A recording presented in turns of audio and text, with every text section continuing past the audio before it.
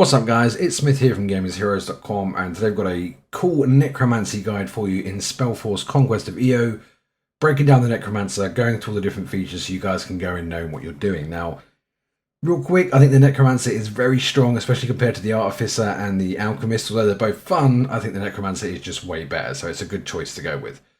Now, there will be some minor spoilers in this video. Well, I suppose you're going to steal the Necromancy stuff, all the recipes and that kind of stuff, so if you want no spoilers at all, this isn't the video for you, but I'm only going to show you what you need to know to understand the system and the stuff I've got unlocked at endgame. So, first of all, this is the Necromancy screen here. Now, there are two main components to Necromancy. You have a soul and you have ingredients. You start with 3 ingredient slots, which is enough to make any of the recipes you can see here on the left. There are 20 in total. You don't need the 4th, but it does help. I'll get into getting that in a little bit. Now, you have souls here. The best way to get souls is fighting enemies. You can get some as rewards for doing other stuff, but fighting enemies is usually the best way to get it. You can get some Necromancy spells that help with this. So you can get Soul Catcher. This inflicts Soul Cage, 100% chance to drop their soul. You can get Soul Cage on your own guys, so if they die a lot, you can get souls from that too. So there's quite a few different ways of getting souls. You'll get quite a steady supply of it as you progress through the game, no problem. So each soul has 3 main components. You have the soul level, so these ones here are all tier 1. These ones here are tier 2. These are tier 3. The second component is what it actually adds, so I'll go over that in a second. And the third component is any extra slots. Now this is the key to making some really fun units. So you can see here, for example, this soul would give the melee unit Frenzy. So every time they attack, they gain +1 to damage for the duration of that battle. So this is a good way of making some really strong stuff. So for example, we'll start off with this Greater Lost Soul.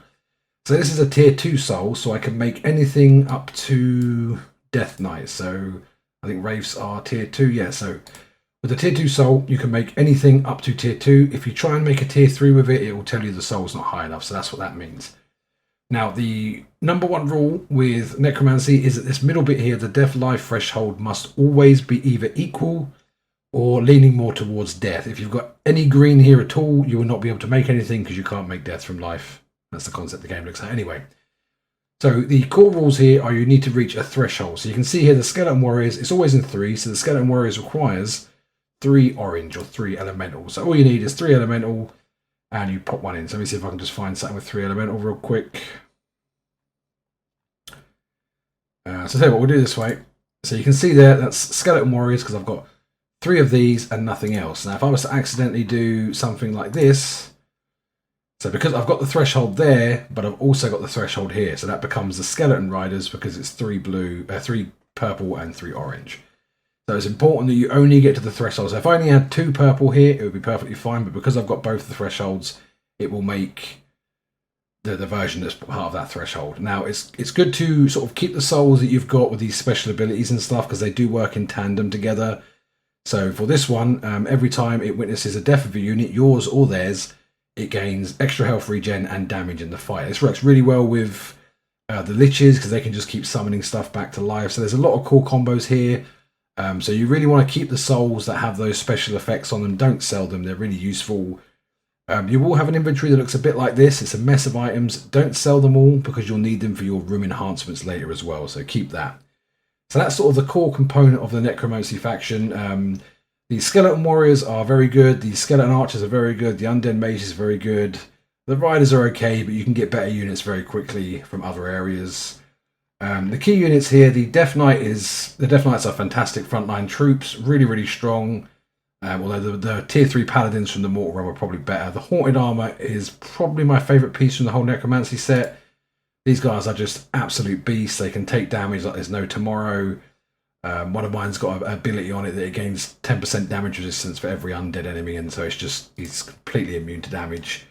Liches are also very, very strong. These guys, if there's a graveyard on here, they've got an AoE that reanimates all graveyards within a big radius, so very, very strong. Earlier on, definitely you want to get some Skeleton Warriors and some Skeleton Archers. Try and keep them alive because they're tier 1 units, but they will survive you most of the game. They do get some good skills as they level up, so they are worth keeping. For me, it was only the Plague Bearers and the Tormentors I didn't really use, but most of the units are effective and they work really well. It's worth noting that as a Necromancer, most of your upkeep is going to be from your mana. So you can see here for my gold, my unit upkeep is -2 because I have very few mortal units, and you can turn off their upkeep anyway. You can see here -43 for unit upkeep. So you've got to remember, if you're in the minus up here, you're not going to be able to maintain your crew. So you want to make sure as a Necromancer you've always got a good backdrop of mana, because that's going to be your source of keeping your army topped up. It's also worth noting that undead units do not heal. Every single undead unit has the same perk which stops them healing automatically, so no regeneration. So you can only heal them by magical means. Even if you put them in a house or something like that, it doesn't increase it. So what you want to do is you want to use your spells. I think it's the first one here, you want to use Aid. So plus 25 magical daily regeneration is not a lot, but if you put that on one of them and then put them in your base or somewhere that increases their daily regeneration, it will have an effect. So this is a good way of healing them up, but again, you're going to need mana for this. So in order to do this a lot, you're going to want to focus on your mana. That's how much mana you're going to have to cast spells, and then also your mastery, because that's how much spells you can cast each turn. So if you've got 2 or 3 armies on the go, you'll be able to heal them up a lot quicker using this. So other things about the Necromancy, you really want to focus on the Necromancy Grimoire page here. The bottom one here, the Soul Well, this is how you get the 4th ingredient slot for Necromancy. And it also adds an additional stack slot to your army. So it's a very valuable resource to have, and you can get it relatively early as well. And then for the room extensions, which are also very strong for the Necromancer, you have to complete this tower set here. So once you get this quest, try and levitate the tower. It will fail. It will open these quest logs, and you'll be able to get more stuff here. So build these up, and you can start putting your extensions on your tower buildings. So the Necromancer Crypts one's good because you can get another additional stack slot here. The Necromancer can get the most stack slots in the game as far as I'm aware, so that's a pretty good one to get. There's also the Warriors Hall. That's an additional stack slot, but you can get that from one of the towns. It's the one over here. Let's go this way. This one. So Ordale in Gillyshire. If you reach maximum friendship with there, you'll get a blueprint for the Warriors Hall, which lets you build an additional stack slot for your army. So you can get them pretty beasted out eventually. So there you go. That's one of my mortal ones, but you can see here, there's a lot of units down there.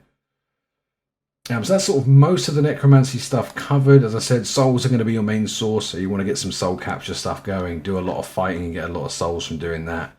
But that's pretty much the basics, guys. So if you've got any questions, post below and I'll help you out if I can. I hope you've enjoyed the video, and I'll catch you in the next one. Take care now.